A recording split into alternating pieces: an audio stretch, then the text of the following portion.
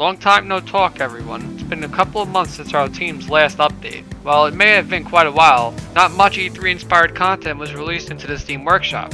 However, while the Left 4 Dead 2 E3 trend simmered down slightly, the team still managed to add a couple of tweaks and adjustments to make the beta pack more intuitive to its goal setting. With that said, we understand that previous versions may seem more impactful on release due to the increased amount of content. However, we believe that despite the lack of long-desired changes still acquiring development, such as the Charger's behavior or the E3's parish map, don't take away from the little things that support our cause. Version 2.5 is underway, so with that said, let's get into it. Much like the last patch, introducing new members, the team would also like to do the same thing this patch, and give a warm welcome to our latest beta pack team member, Gryphus. Remember, Gryphus will be focusing on map development and eventually branch off into other aspects of the Left 4 Dead 2 modding. Thanks again for joining us in our project. Soon after the release of version 2.4, a fellow beta pack fan reached out to me, volunteering to add a few adjustments to the weapons on the screen. While I could not catch these sincere differences at first, he indeed made it very clear to me what needed to be fixed. With that said, he remained in contact with me and delivered those changes as necessary. They are as follows: Scar weapon angle, which is now turned slightly, Scar cord restored, seen in the reload animation, Scar shading fix, colors adjusted, and more accurate SMG Digglebone fix. The Scar was always considered a Valve development mystery, and most believed it was because it was one of the weapons to change the most throughout Left 4 Dead 2's development. While I will not reveal this beta pack fan's name and keep him anonymous, we want to make a quick shout out and explain how much we appreciate the amount of work and detail you put into this. It makes me, along with many others, happy to see faithfulness to the project and its corresponding community. Thank you so much. Speaking of the Scar, we understand that the Scar had many instances of inconsistent footage regarding ammo capacity. However, our project is defining a specific time period of Left 4 Dead 2's development, and with that in mind, plus plenty of research for such a minor detail, the team has finally decided on making sure the Scar's ammo is now 50 rounds instead of 60 rounds. We will also be keeping it that way and making sure none pull the same mistake which we made back in version 1.6. Make sure to conserve ammo because that rifle runs out fast.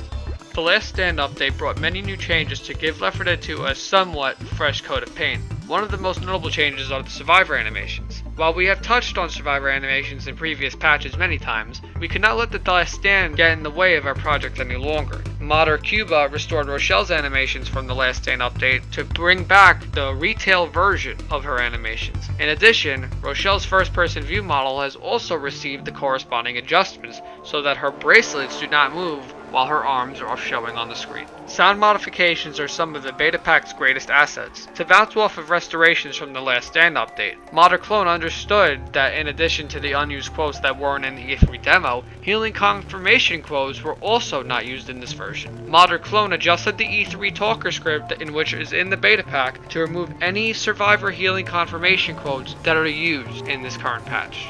Melee weapon animations were a fascinating concept to us. However, we never really considered how incomplete the frying pan animations actually were. Modder Cuba noticed this and restored Valve's old frying pan animations in addition to the ones already included in the project. Thanks again for finding such a great asset. Much like Modder Cuba, if you guys also find any unused assets in which you would like to see back in the game, please bring it to our attention, especially if it has to do with the E3 demo. The last patch still had minor instances reported of a Boomette with a boomer texture spawning on the parish map. Modder Rise redeveloped the coding on one of the game's scripts to entirely prevent that from happening any longer. This minor edit completely removed the Boomette from the beta pack's in-game functions.